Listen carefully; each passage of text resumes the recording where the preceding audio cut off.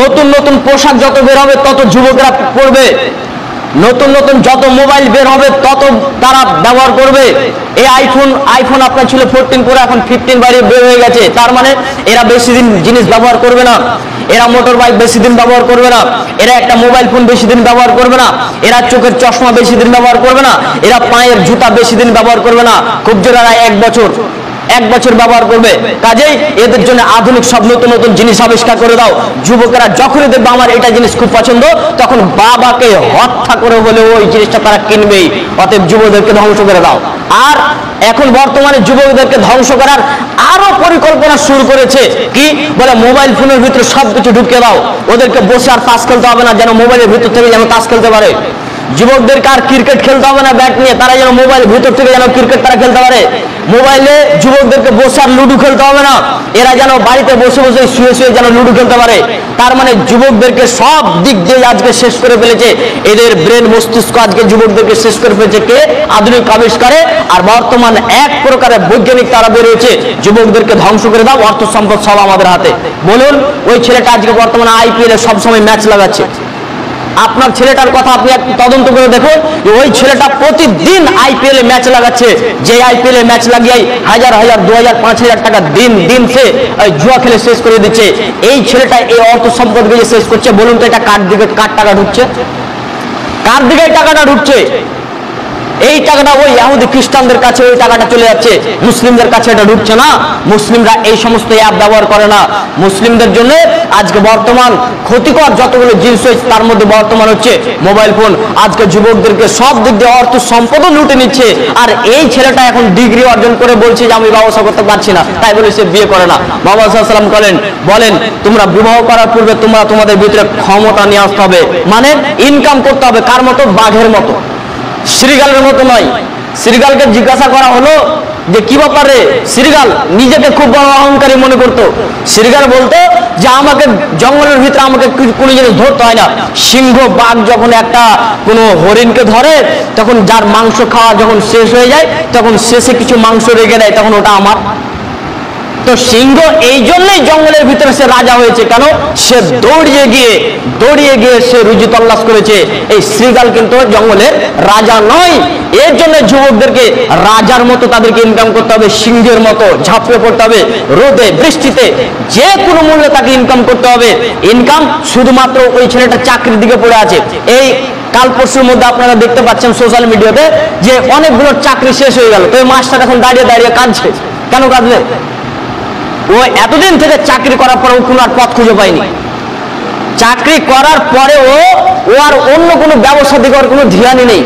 সীমিত আকার চাকরি, মানে সীমিত আকার। আপনি 50,000 টাকা মাস পাচ্ছেন, বাস এইটাই। মাস কখন জুটবে আপনি সেই টাকার দিকে আপনার চিন্তা লেগে আছে, কখন মাস দিয়ে জুটবে গো? মাস জুটবে তখন আপনি টাকাটা পাবেন।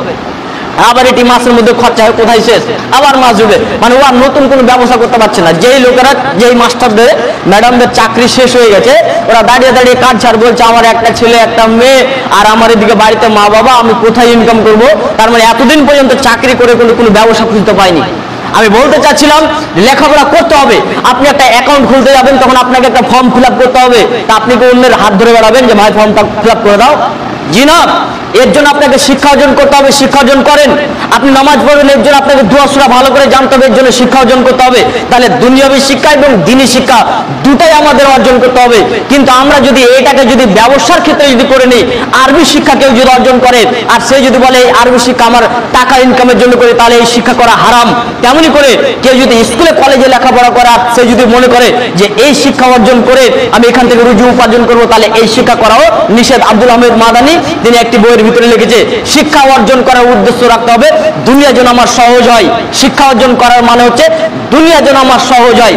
আপনার সঙ্গে আমি ব্যবসা করছি, আমি এই ব্যবসাটা যেন আমি অঙ্কটা যেন করতে পারি, এর জন্য আপনাকে শিক্ষা অর্জন করতে হবে।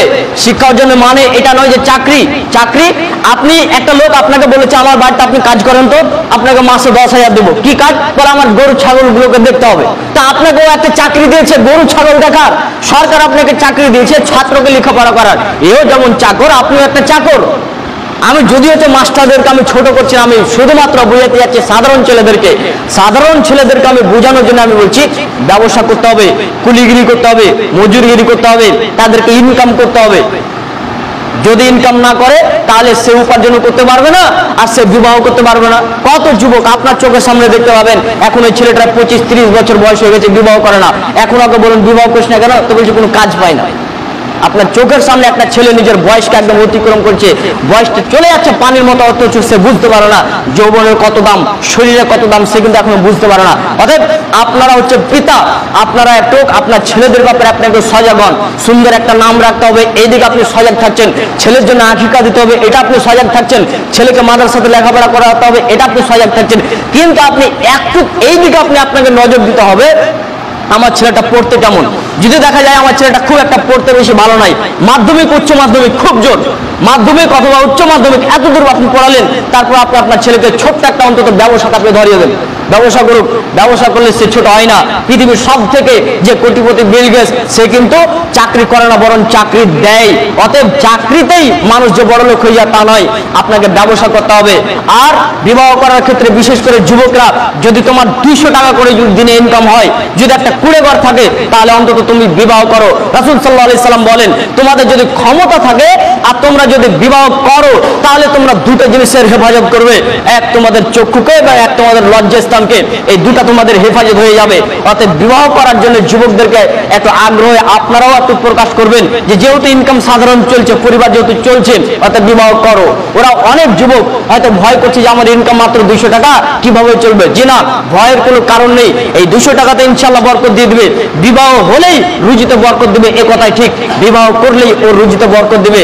আল্লাহর কাছে আমরা শেষে দোয়া করি, যে সমস্ত যুবকরা আমাদের যৌবন কালকে ধ্বংস করে দিচ্ছে, যৌবন কালটাকে বরবাদ করে দিচ্ছে, আল্লাহ যেন সেই সমস্ত যুবক ভাইদেরকে যেন তাদেরকে সুন্দর একটা ব্যবসা এবং তাদের বিবাহের জন্য একটা সুন্দর পাত্রীর ব্যবস্থা করে দেয়। বলুন।